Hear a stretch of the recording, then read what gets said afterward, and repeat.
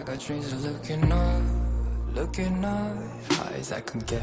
But nothing feels like how it feels to know these things I don't know yet. The weight of everything, and everything's just fate.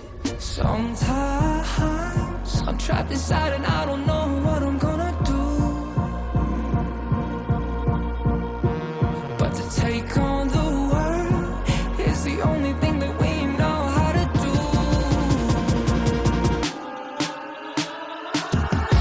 I've got dreams of finding out what all of this is for. It's you and me. And everywhere we go, it leads to an open door.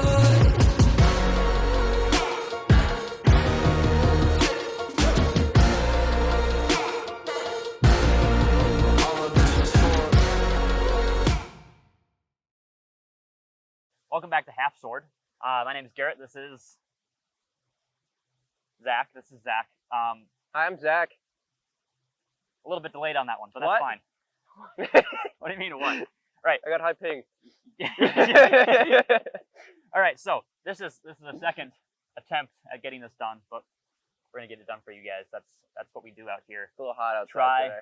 Try again. It's a little hot, a little bit cooler than last time though. Last time was pretty bad. Because we're out here. Sun keeps getting in our eyes, but it's supposed to rain today, so that should go away. Maybe we'll even have. I don't Dude, really. Don't shake your head at me. He said no rain. No, we got an umbrella though. We do have a. We have an umbrella. They can't see that. They can't see the umbrella. Thank you for gesturing to Put the umbrella. put the picture you put into Discord just right. Okay, well, this- Yeah, right there. Yeah. Anyway, Sick you've got umbrella. a fly on your mouth. Okay, you got it. Nope, it's on your chin.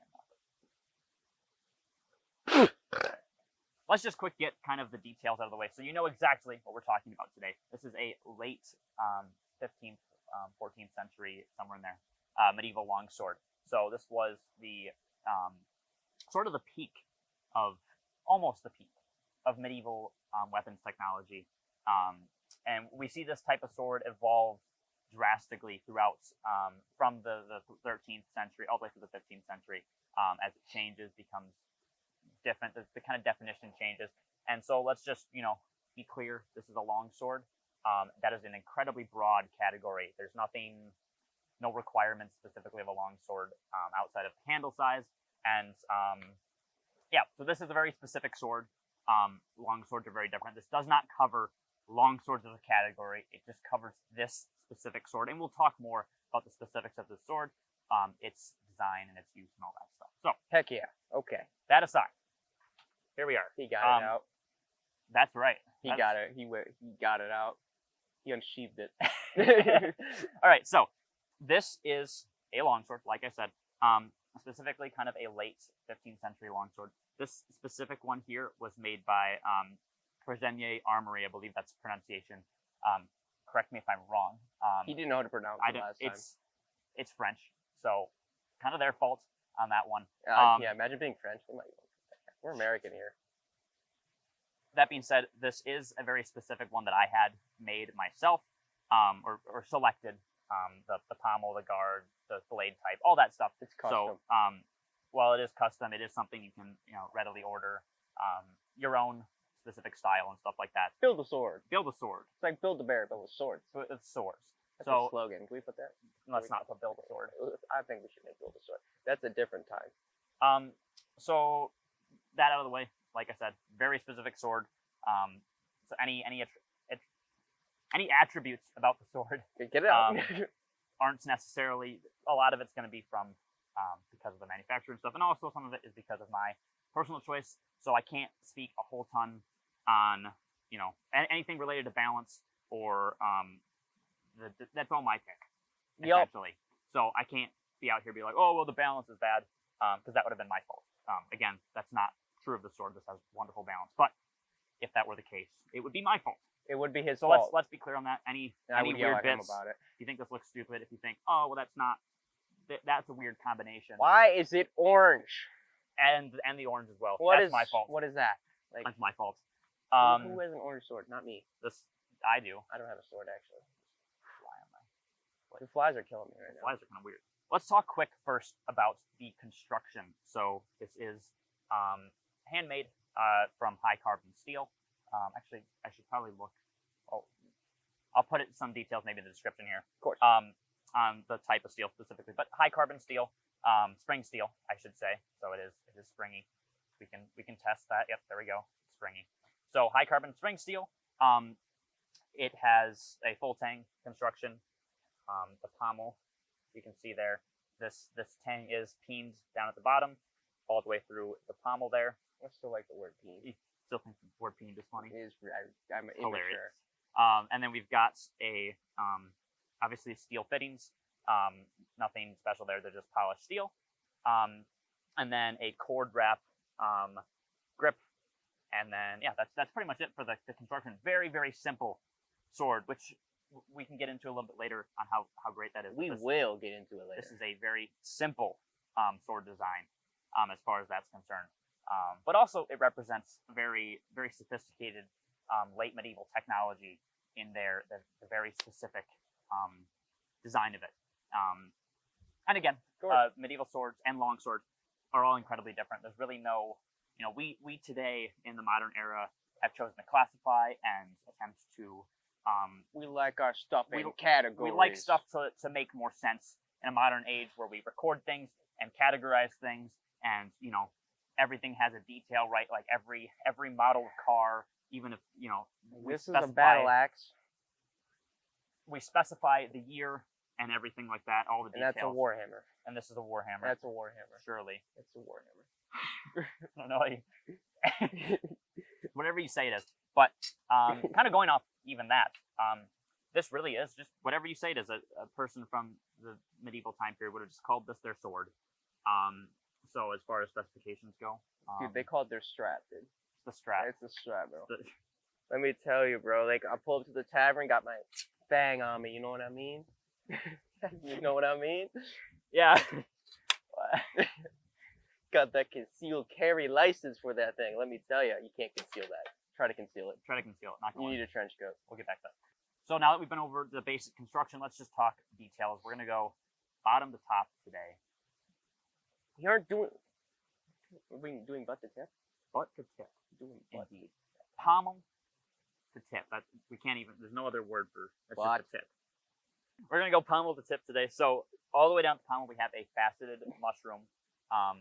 That's just what we call it. Again, these classifications are the specifics as it was designed and purchased. Otherwise, it's just a pommel. It's a large kind of round. It's a mushroom shape. Mushroom shape. So we have an octagonal grip, so you can see on the side. It's probably pretty hard to see on camera, but there is, in fact, you can see that, right? The octagonal kind of. I sure can't. Look at that. Look at the little. You can tell it's an octagon. Octagonal grip, cord wrapped with this orange cord, which does look pretty nice. I mean, yeah, it looks pretty a little dirty, but it looks starting pretty nice. It's fading pretty quickly, I'd say. But I really like how that's starting to look. He likes to touch it. Starting to he look. likes to touch his sword, and once he touches his sword, it just kind of starts to wither. So. Wither. Like Minecraft. Like Minecraft. I love that video game. You guys played Minecraft before? Dude. Do you really like Minecraft? I like Minecraft. Do you guys like Minecraft? So the guard construction, or the handle construction from pommel to the top of the guard is 10.6 inches, and then a 9.8 inch crossguard. Crossguard is just this kind of sweeping wing shape. Looks cool. And yeah, this is a really good sized grip. There's space for both of my hands on the grip, and I can move my hand down to the pommel as well with plenty of room. Heck yeah, he can swing that, go with it. Whether I want to just have both hands on the grip or want a little bit more leverage. Great size on the handle here. Very, very comfortable. The tolerances are very tight. There's almost no gap between any of the fittings and the handle wrap. Same up at the blade here. Very, very tight. It's kind of hard to see, but up at the crossguard, everything is very well put together. This is a very solid handle construction. We can see it wiggling there and stuff. Wiggle. You wiggle. Very, very strong handle construction. Again, it's a full tang design, so the tang, so the blade itself goes all the way through down to the pommel, which means this is very structurally sound. And of course, that's how a longsword or a sword, any sword from the medieval period would have been constructed. So, for the most part, we can assume that they weren't idiots. Mine doesn't wiggle. Well, yours weighs significantly less. Shut up. Through most of medieval history, we see very similar handle constructions. A lot of things start to change in their design, whether that be cosmetically or just, small stuff. But the blades is really where stuff gets the most interesting. This is a oak shot type 15A, which means it is a very aggressive. Beat it! Cole's killing flies off the He got the bug. off the umbrella. He's killing. So sorry about that noise there. He's doing something a little silly behind the camera. He's been a little silly over there. He's doing a little silly goofy So, stuff. Oak shot type 15A. Oak shot. Oak shop. He's a painting. Characterized by what, Zach? What is that characterized by? What kind of tree it is? What kind of tree it is? Oak. Oak.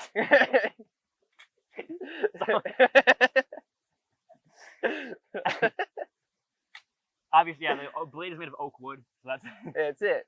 If you're watching, it's gonna make an oak wood noise. Oak.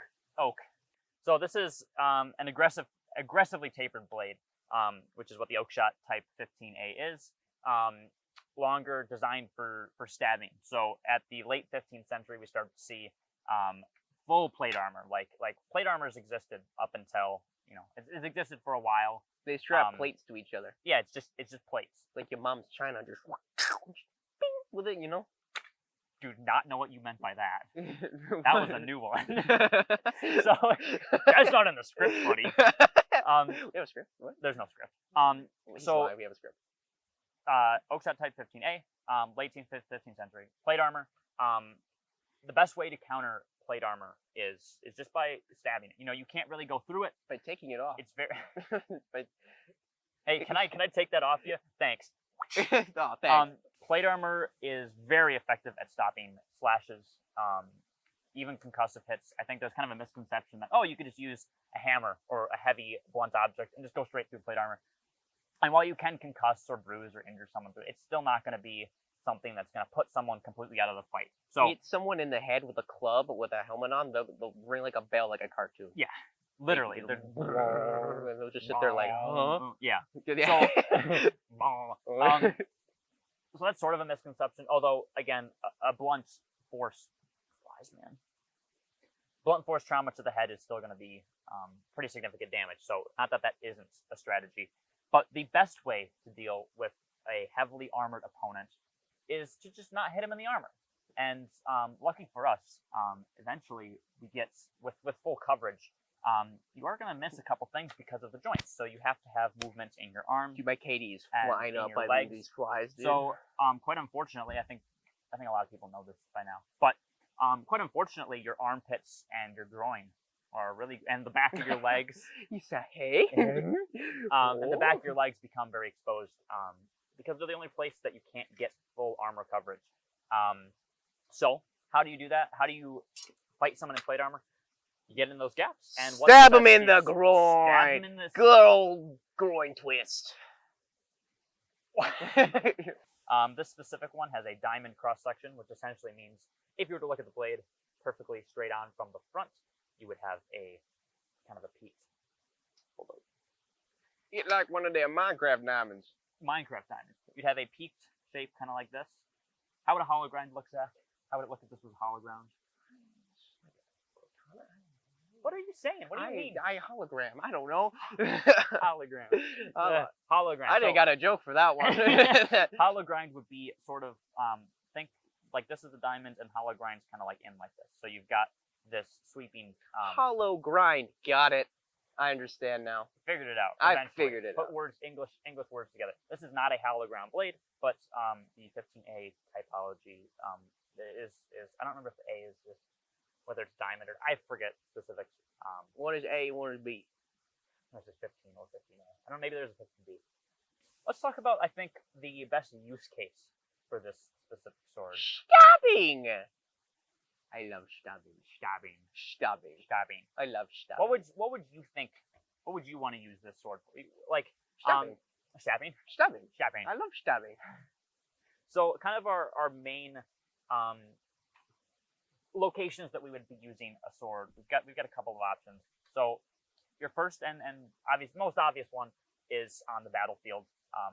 This is a weapon. It's meant to be used on a battlefield. That's your first and most obvious use case. Your second is whatever you're carrying, so taking it from location to location, out on the town at night, or even during the day. The sword that you're wearing and carrying around. And what's our third one?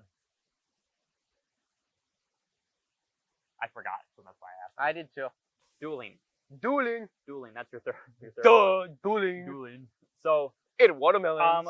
we'll first just get dueling out of the way because I think it's the easiest one to talk about. Dueling is an interesting one. It's hard to talk about what sword is best for dueling because most duels you would have the same weapon as your opponent or an incredibly similar one. So if I'm using a longsword, Zach would be using a longsword. If he's using a short sword, I would be using a short sword. There's really no huge amount of, especially if it's an official duel is what we're talking about. Judicial, huh? Judicial or official. Judicial. Some sort of a duel that is being I held, sentence you to a duel. specifically being held.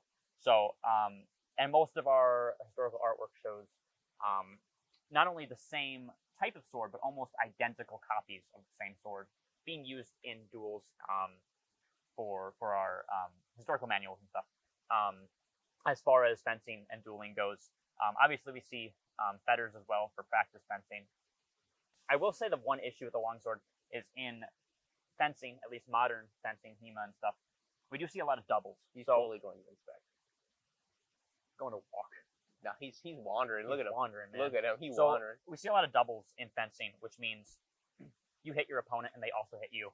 So as far as that goes, if you're picking, what type of sword to be using in a duel and your opponent's going to be using the same one, I would say longsword's probably not the best option. It's a bit of a, you just got to clip it better, man. Dude, you know what? I need to not be attacked by flies, and then I won't start flinging my arms everywhere and then smacking the mic cable. You know what? Yeah, pretty much. Yeah. So as far as dueling goes, I honestly think this is kind of a poor choice. It's not that. It's not that good at that. It would be a worse choice, though. That probably a short one. But if your opponent's also got a short weapon and you have a shield, it's probably even better than this because you can defend yourself. It stays out. You can defend yourself well with the longsword, but in attempting to attack an opponent using the same weapon, it becomes difficult. We'll say that this friend here is attempting to attack me, right? And On guard! he's attempting to attack me, and he's got a relatively shorter weapon than me. And we're in a pretty open space. This is broad daylight. He's coming up to me, he's seen me, and just wants to kill me for some reason. So I'm gonna just move back and draw my sword. You beat me in poker. I've got the reach advantage. I've got a big advantage here. If I want to play defensively, if I just want to keep him away from me and just fall back here, and just keep him, and I'm probably going out of frame there a bit. But if I just want to keep him away from me, I can do that pretty easily. And because I have, a large aggressive sword, that's just, basically a war sword. A war sword.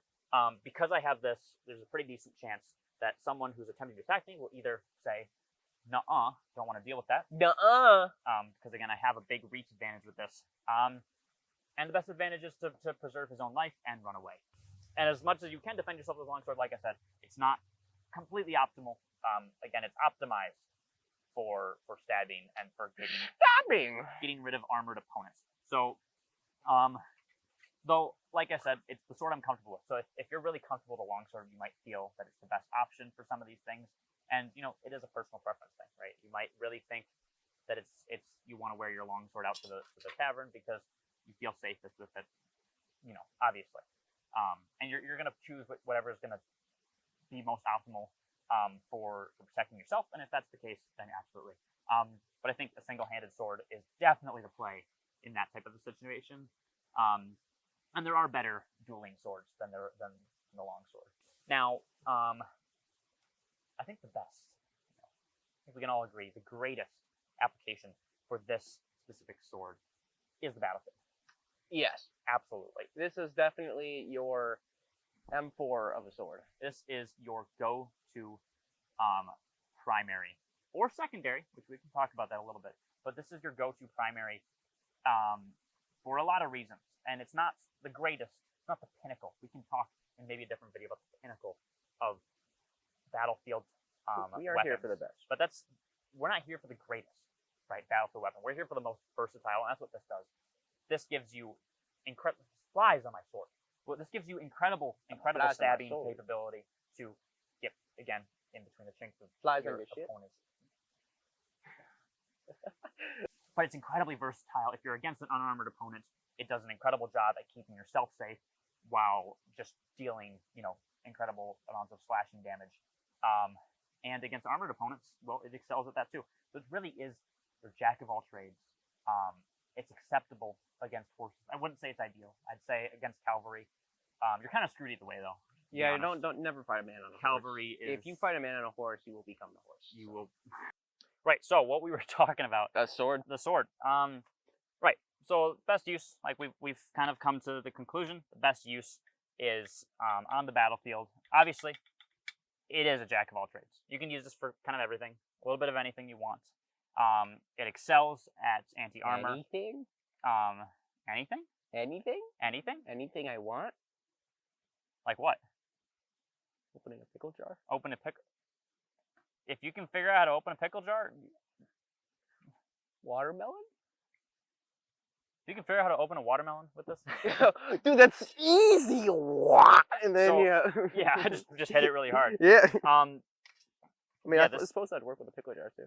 That's true. It would work with a pickle jar. Depends on what kind of pickle jar. It depends on how does that matter? So it could be like a plastic pickle jar. If it's a plastic pickle jar, then you're gonna have a tough time. But if it's glass, you're gonna bink, and then it's gone. Well, if it's sharp, you should go straight through it anyway. It won't care much. Well, that one won't. No, not that one. Ain't sure. I will hit this mic cord again. What? We'll test it on. We'll test it on Patreon. Now I have to set up a Patreon account. No, he's admin on this Patreon just account. Add to the list of accounts I need to set up. Gosh. Yeah. So, use on a battlefield with your friends, with your homies. With the homies. Actually, that is one more point with that. While this is a large, good reach weapon, it's not that big. I can stand right next to Zach here. Like I can be right here, and I still have my use of maybe get a little closer. But in group fights, you don't have some of the disadvantage with the polearm is it takes up so much physical fighting space that your teammates are trying to fight in as well. And when everyone's all tangled up with polearms, maybe it's less than ideal. So huge advantage with that. And I think at that point you could use this as a sidearm. If you really want, this is maybe a bit big for a sidearm. I would say use this as a primary. Use this as a primary. It's a primary. If you really want it to be a sidearm, you can make it a sidearm. Right. If you're carrying a very large polearm, you're expecting to get tangled up in a fight. You're expecting to maybe lose your weapon, but you still need something that's going to be efficient in a fight. This might be good to carry. It's relatively comfortable to carry. So, outside of like we said, like a tavern environment with you don't want to carry around at night. But if you're, marching or just moving to and from places, this is a perfectly acceptable thing to carry. Probably a little bit easier than a polearm sometimes, especially if you aren't carrying the polearm in your hands. Although as a walking stick, a polearm is a pretty good job. Telling me I can't just magnetically put stick it on your back? Just there's no can't bag a holding it, Yeah. So that being said, not an ideal secondary, but you could totally use this as your backup weapon if you're using something larger like a polearm or a spear, which is a polearm, or an axe. If that's what you're using as your primary, maybe this is your go-to secondary weapon. Which again, that's kind of a personal preference thing, I think. I personally would say this is a primary, and I would use it as such. It is definitely a primary. It's versatile enough. Again, that's kind of the biggest thing. This is a very versatile weapon.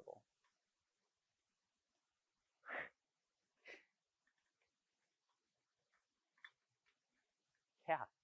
So, regardless, I am actively drinking. Whatever, man. It's not really a concern. You can drink if you want. That's fine. Just don't drink and drive. Sword good. Sword good. Sword good. I like swords. Sword do really good thing against horse and boom, and battlefield good stuff. Now, let's talk about the history. Is it too late to drop out?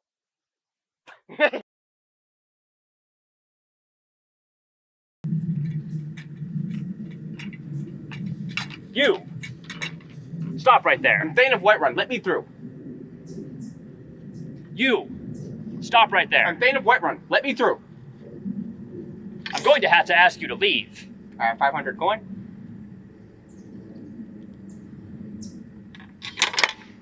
Right this way.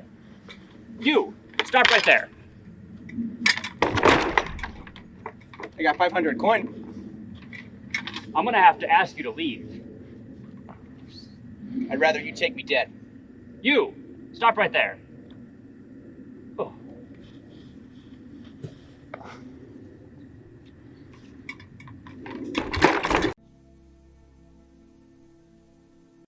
This is the lame stuff. This This is- is the boring stuff that we...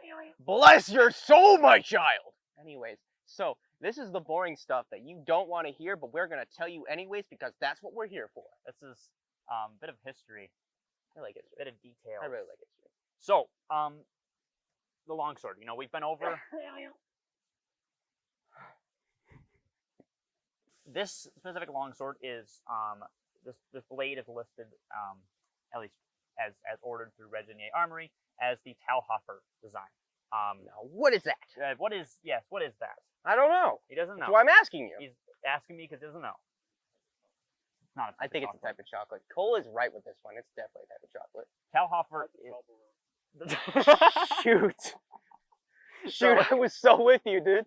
I was so with you there. Talhoffer is. The sun is really getting us now. It's really good. But at least it's not the camera. Talhoffer is a historical fencing teacher. We also have from the 15th and 16th century. He's not a modern. These are all historical examples. Talhoffer, Regenyei, and Fior are the three with this specific blade type is pictured in manuscripts. What don't we like about Fior?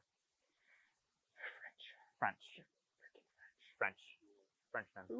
So, Baguette. I'm a Frenchman. Yeah. I have big tower in Baguette. that being said, we have kind of an interesting situation there, right? We have this blade design showing up in both French and German manuscripts from the same century. What's up with that? What's up with the, they didn't like each other very much, so why is it? Here's what we know. They captured each other's weapons. We're like, dude, that's actually kind of dope, though. Can we, take that? And they're like, yeah. And then, they Essentially, took it. reverse engineering and also some other things. Cold War stuff. Sort of. Almost. There was a lot of fighting in Europe, and it was all just kind of random. None of it was really, there were wars and stuff and all that, but there wasn't, it wasn't like World War I, World War II type stuff. Not how we think of modern conflicts. And Tell me they didn't have tanks. Unfortunately, no. Imagine swords with a bunch of, they shoot big swords. There's definitely tank classes, of course. Big dudes in armor with a hammer. So what we see is as technology develops, other countries or other city-states, whatever, they take battlefield examples and they create their own spin on it. They reverse engineer it. They make it themselves. So we start to see everyone starts to go on similar routes, and we get very interesting things. So a really good example of this is the Sallet helmet style, which is a German and Italian. We see very, very similar helmets. Isn't it pronounced Sallet? It's pronounced Sallet. Sallet? It's not pronounced Sallet. That would be if it was French, and it's not. It's not French. German. No, they German and Italian. German.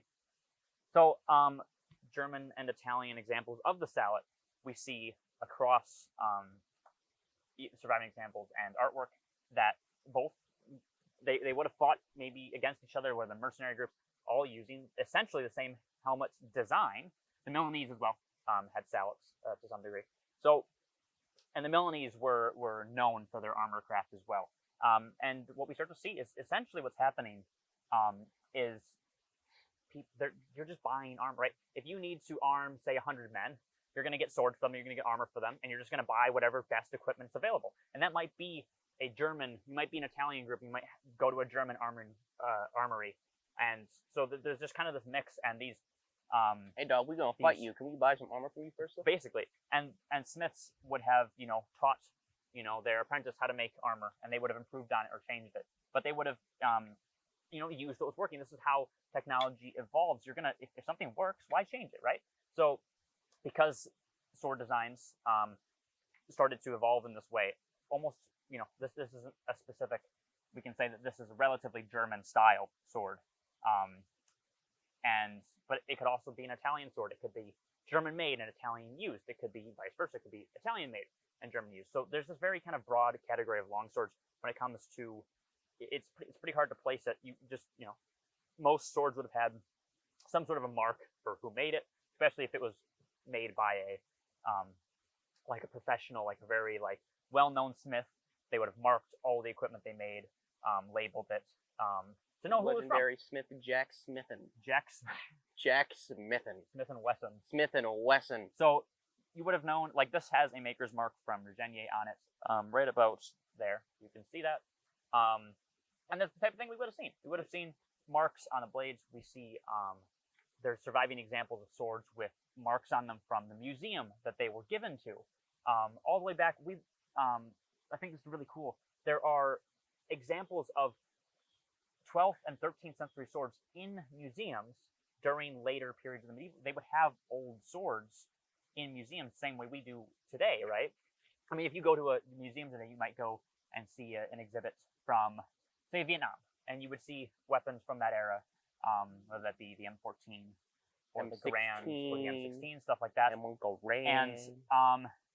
And those are different than what's being used on modern battlefields today or by modern militaries. And the same would have been true from the medieval period. They would have had surviving examples of, hey, this is a sword from the 12th century or 13th century on display, or even this Bronze was a Age. sword from yesterday's battle. Yeah, exactly. And I totally just killed a man with this, and it's in a museum. It's in the museum. I didn't do it. So equipment like that would have ended up in museums. Like, hey, this is what was being used, and we have better stuff now. And so that's kind of an interesting thing to see that that's a consistent part of history. That's something we still do today, and it's not a new idea. It's kind of always been around. So we think that's a pretty awesome bit of detail. Of course. But yes, so this is sort of a German longsword, sort of an Italian longsword. It's just a longsword. I think a lot of classifications want to be really specific, and we don't want to be really specific here. No, who wants to be specific? But specifically, I don't want to be specific. Peak sword.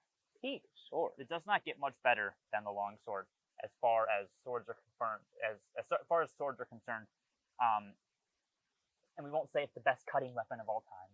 No, We can't say it's the best stabbing weapon of all time. Middle of the road. It's- If you want a sword to just pick up a and sword. go, you got a sword. It's the sword, and it does all the sword things. It's always going to do them. And because we see so many different types of longsword across just many different time periods and stuff, and many different designs, we get this very, very broad category of versatile battlefield weapons, do-it-all swords. Like I said, this very specific example is optimized and incredible at He's only saying that because he made it. yes, He's only saying optimized. The blade design. I shouldn't say. This is not unoptimized. This is my mistake. Everything from here totally down good. Totally. is on me. Beautifully made, beautifully constructed by Regenyei That's Armory. not the point. They did Shall a we- wonderful job of this. They This did do a is- wonderful job. This is just a gorgeous sword. Shout out to Peter. Peter. I think that's his name. Peter Regenyei. Resignation. Peter Resignation letter. Yeah, it's my boy right there. Sorry. My wire. So, this thing looks phenomenal. Just a gorgeous, gorgeous piece of. Oh my God, the bugs. Oh no. Oh my goodness. Oh my days. Oh my little. Flies on my longsword. Oh no. Not historically accurate because it's orange. The orange, yeah. Although they had dyes. Although I don't think they would have necessarily. They died? Unfortunately, they did. Sadly. Funeral this week on Patreon.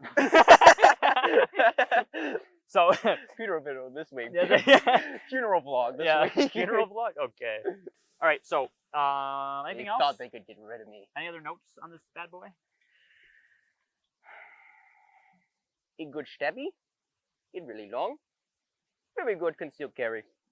On top of that, I think it's chambered in longsword. There you go. Mushroom. Mushroom pommel. Yeah. Mushroom pommel. Alrighty. This is the 30-second speed run. So thank you all for watching. This has been the longsword. This is a longsword. Beautiful, beautiful replica of a longsword. My name's And Zach. This has been Zach. This has is been Garrett. This has been This has been Half Cole's Sword. behind the camera. And Cole's doing some funny Doing, stuff. he's dancing. We got a couple seconds left, and we're out of time. Thank you all for Have watching. a good day. Go follow us on socials, be in the description. Apparently there's a Patreon now and stuff on it. And Yeah. to keep me back.